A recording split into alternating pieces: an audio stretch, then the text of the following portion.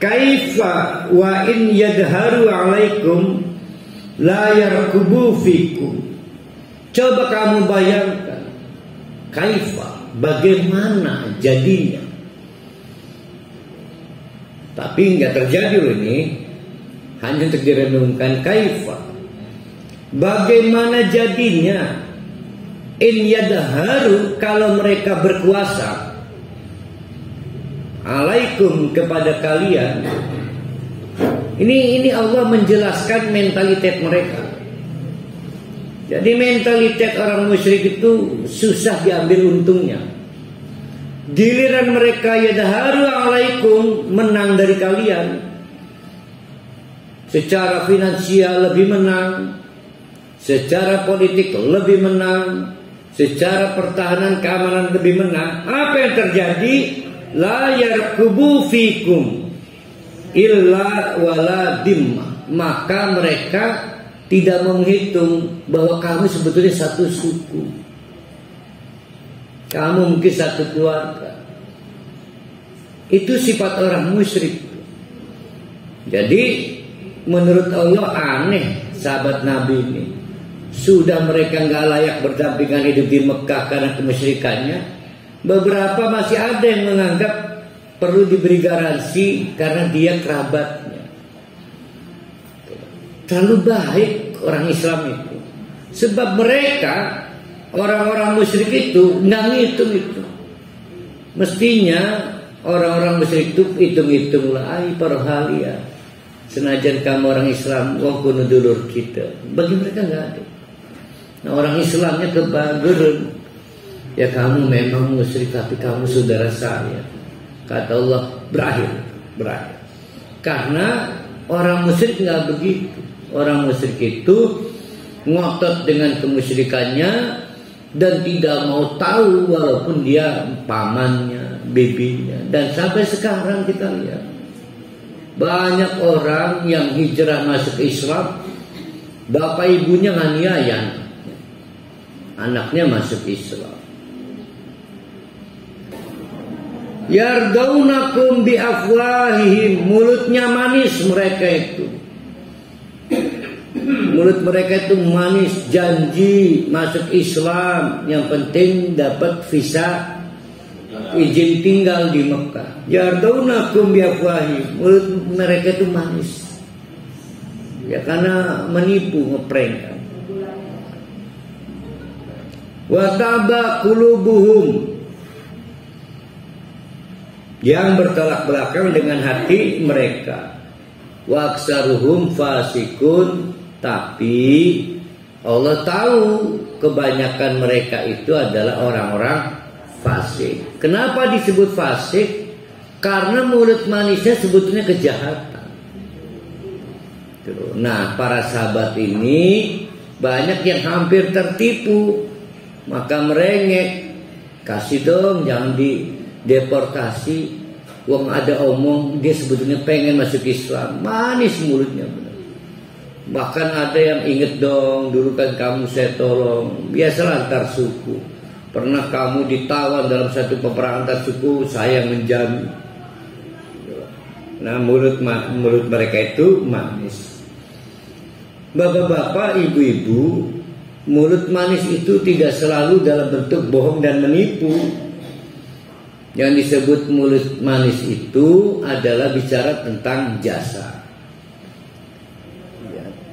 Kamu nggak inget dulu bla bla bla bla bla, manis membuat kita itu seolah-olah tidak ada jalan kecuali harus berpihak kepada yang bersangkutan. Bahkan mereka istarau bi ayatillah, berani membuat kalibrasi, menghitung berapa harga ayat Allah itu. Jadi ketika orang berani membuat ukuran ayat Allah itu berapa harganya, itu udah orang fasik. Itulah pentingnya kita sekarang memperbaiki cara terjemahan. Kadang-kadang kita nerjemahkan tidak boleh menjual ayat dengan harga qalilan, harga yang murah. Emang mahalnya berapa emang? Harusnya berapa kalau nggak boleh dengan murah? Mahal. Mahalnya berapa? Emang ada yang tahu harga ayat? Jadi kalau mau balik, Pak Hali ceramah, kamu tuh rendahan, manusia rendahan. Ayat Quran kok dijual dengan harga murah. Emang kalau mahal harusnya berapa jualannya? Maksudnya murah itu nggak beli surga. Nah, yang benar jangan pernah menjual ayat berapapun harganya. Karena tidak ada yang pernah tahu harga ayat itu berapa. Kan nggak pernah ada yang tahu, kan barang tak ternilai. Tuh, itu yang dimaksud dengan samanan qalilan. Nah, mereka mampu membuat hitungan-hitungan. Masuk kepada kelompok fasik adalah orang yang mampu membuat ayat ini, ayat itu, ayat ini. Di antara indikator kefasikan mereka adalah mereka menganggap ayat-ayat Allah itu terukur, harganya ada. Misal, maaf, ada orang merencanakan taubat direncanakan, berarti dia mampu mengukur umur. Itu udah gila. Emang dia punya informasi dari Allah umurnya bakal sampai kapan? Nah, itu sama dengan samanan qalilan. Itu yang disebut samanan qalilan itu begitu. Ada lagi yang merencanakan infak. Pak, bulan depan aja sekarang mau buat si Dede ini. Emang udah dapat informasi nanti dapat rezeki dari Allah. Jadi mampu mengukur, itu namanya samanan qalilan. Ishtarau bi ayati llahi samanan qalilan fasaddu an sabili. Maka mereka kemudian berpaling dari jalan Allah. Innahum sa'a ma kanu ya'malun. Betapa buruknya sungguh mereka itu, betapa buruk kelakuan mereka padahal mereka tahu. Nah, ini berbeda nih. Yang tadi tidak tahu, yang ini tahu. Yang tidak tahu direhabilitasi, jangan dideportasi. Tapi harus cermat juga. Ada orang yang tahu Islam itu apa, Al-Quran bagaimana, Nabi Muhammad siapa. Tahu. Jadi perlu cermat ini.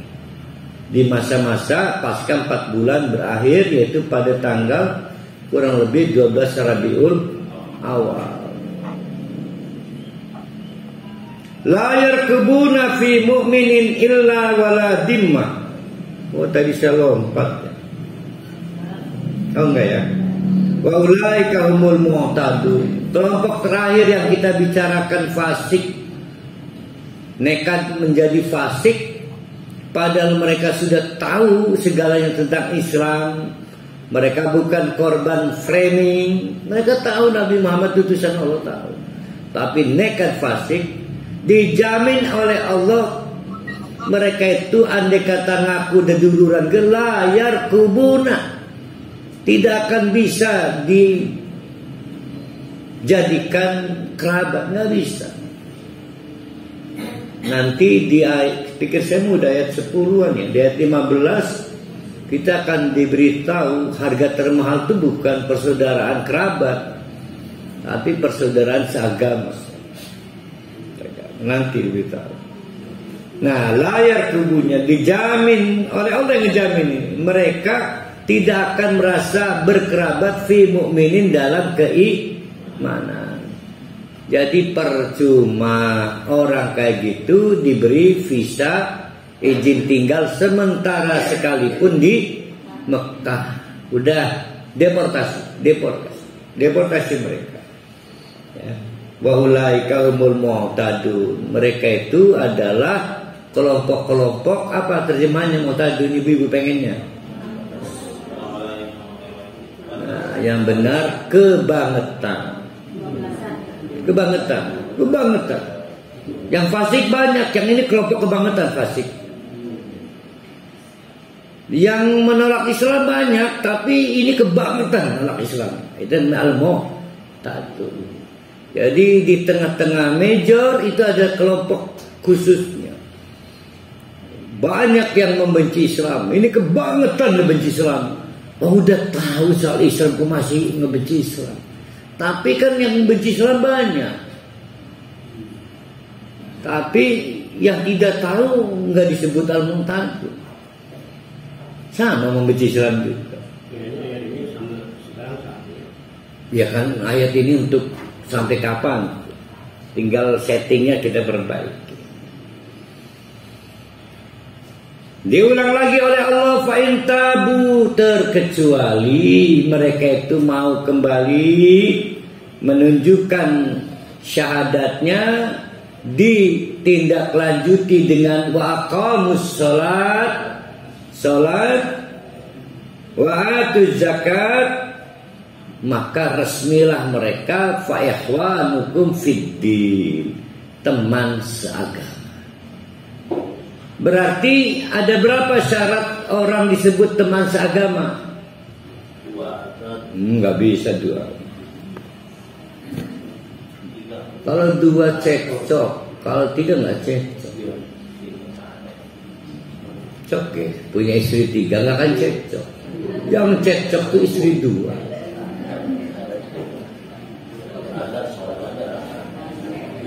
Oh. Kalau istri 3 pasti yang 2 bersekutu. Jadi 3, 1 menyatakan bersyahadat. Jangan ditanya lagi, saya Ustaz kalau pura-pura. Jangan ya, biarin aja pura-pura itu. Nipu juga nggak apa-apa. 2, membuktikan apa? Salat itu apa? Bukti paling konkret hubungan dengan Allahnya ada. Yang ketiga, bukti paling konkret hubungan dengan manusianya ada, yaitu zakat. Jadi ada syahadat, ada bukti konkret hubungan dengan Allah. Karena yang lain kan nggak bisa kelihatan, zikir nggak bisa kelihatan.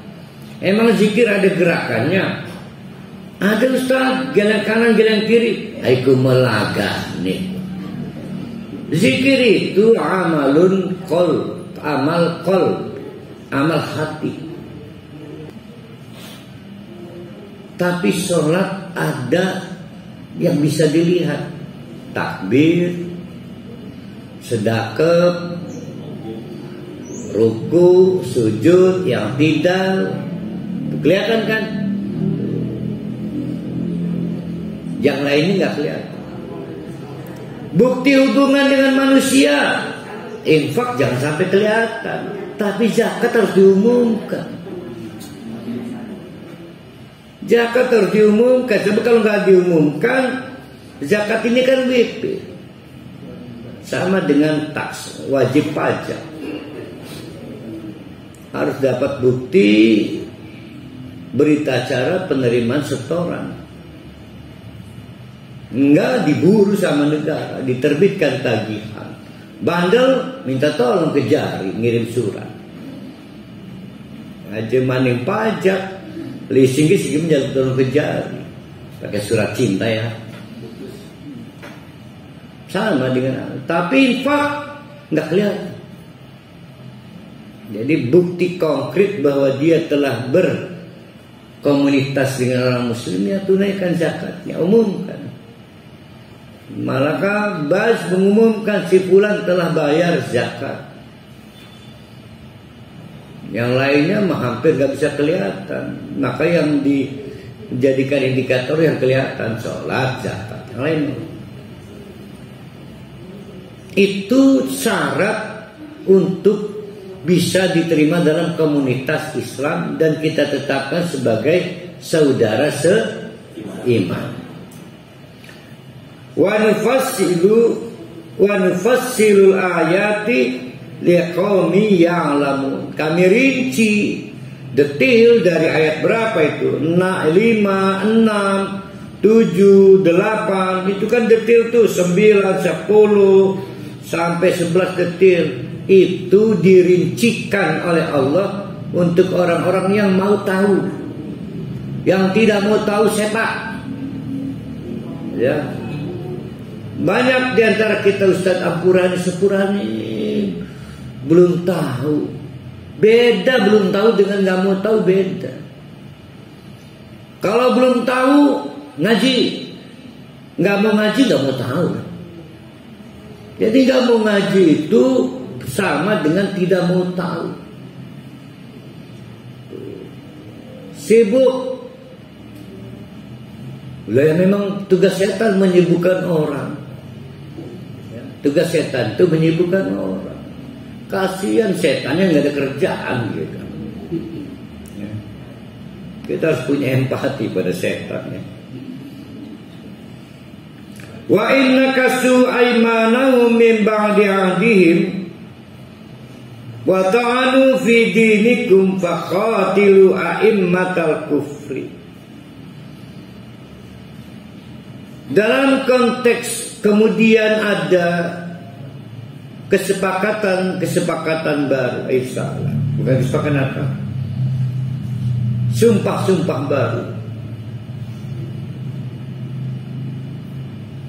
Lalu mereka itu berkhianat, baik keseluruhan dari kesepakatan itu maupun 1-2 pasal yang disepakati. Wa inna kasu, dan jika mereka itu mengurangi aimanahum, kesanggupan kesepahaman mereka, memba'di ahdihim, setelah mereka berjanji, wa ta'anu fi dinikum, tidak cukup itu, bahkan mereka ta'anu, menghina agama kalian.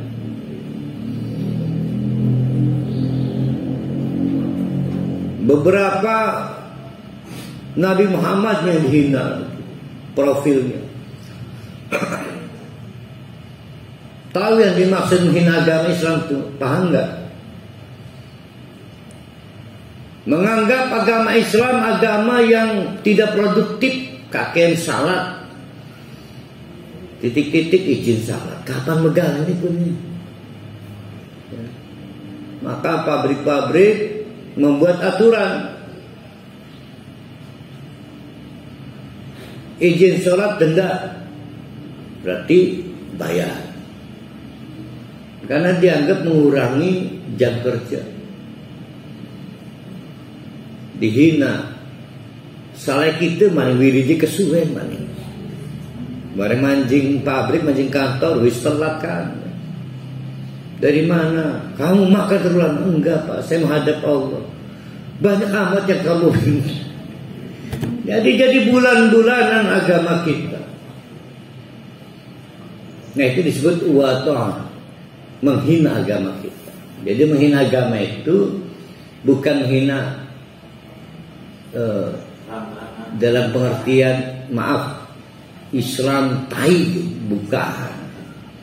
Menganggap Islam tidak berkemajuan, Islam kampungan, menghambat modernitas. Islam mengancam persatuan.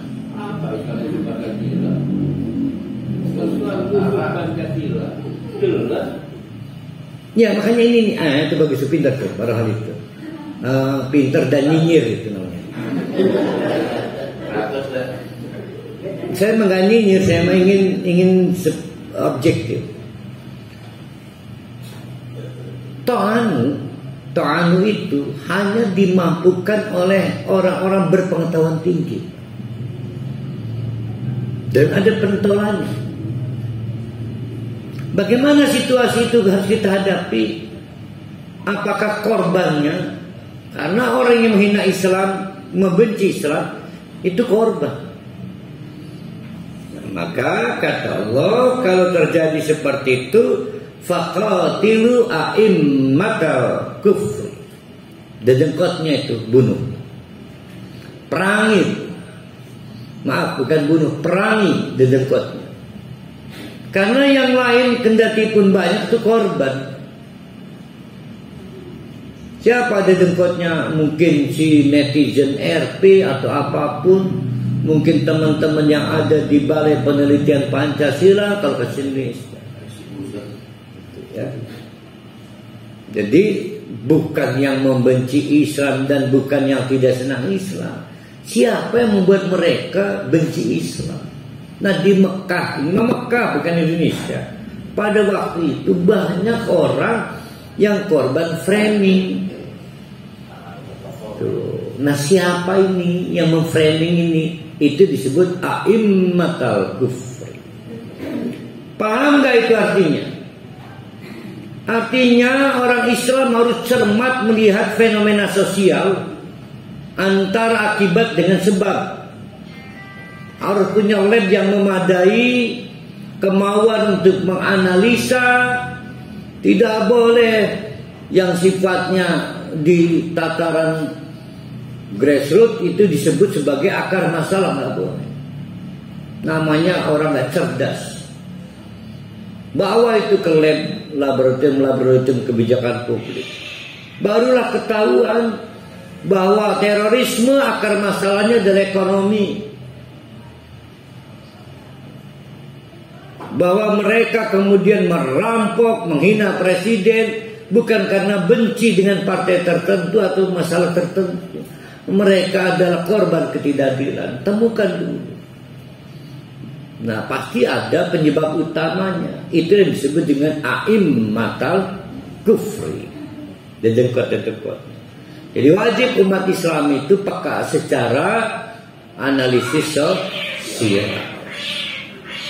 Memang dunia sosial itu variabelnya lebih banyak dibanding fisika, biologi. Ya, makanya orang bergelut di bidang ilmu sosial kayak Bu Ima di pendidikan, Pak Jasuro di ekonomi, itu harus orang-orang pintar. Lebih dari yang di eksak. Ya. Karena variabelnya banyak. Eksak makan lamun huruf A B, lamun huruf B A. Sedikit kasus kalau nggak A, kalau nggak B, C sedikit kasus. Tapi kalau humaniora, kalau nggak A mungkin B, mungkin C sampai Z. Apa Z itu? Z. Kalau nggak cerdas sulit menjadi ilmuwan sosial, sulit. Dan update terus, harus terus bekerja terus, belajar lagi, mengkaji lagi. Sementara soal kenapa benda jatuh udah selesai, nggak perlu dikaji lagi. Cuma sekarang kebalik, yang pinter masuk ke dokteran, salah. Kalau pinter masuk sosiologi, masuk filsafat, ilmu pendidikan. Iki mesin bodoh masuk ilmu pendidikan, akhirnya muridnya ikut bodoh. Nah paling rumit lagi di antara rumpun humaniora ilmu agama. Iki mau daripada siaran sekolah maju pesantren, Allah. Jadi nggak diterima di UIN, nggak diterima di Bina Bangsa Dor keterima.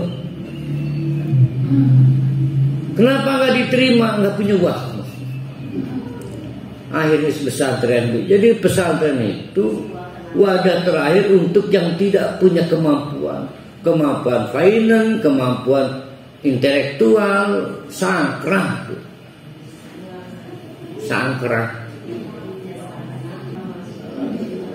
Innahum la aimana lahum. Sudah, nggak ada lagi kesepakatan baru, nggak ada. Cukup sampai di sini. Putus hubungan. Wah, mana itu? La'allahum yantahun. Dengan cara begitu, maka mudah-mudahan mereka berhenti melakukan permusuhan. Paham gak ini? Jangan-jangan mereka ngemusuhin kita karena kita lemah, nggak punya harga diri.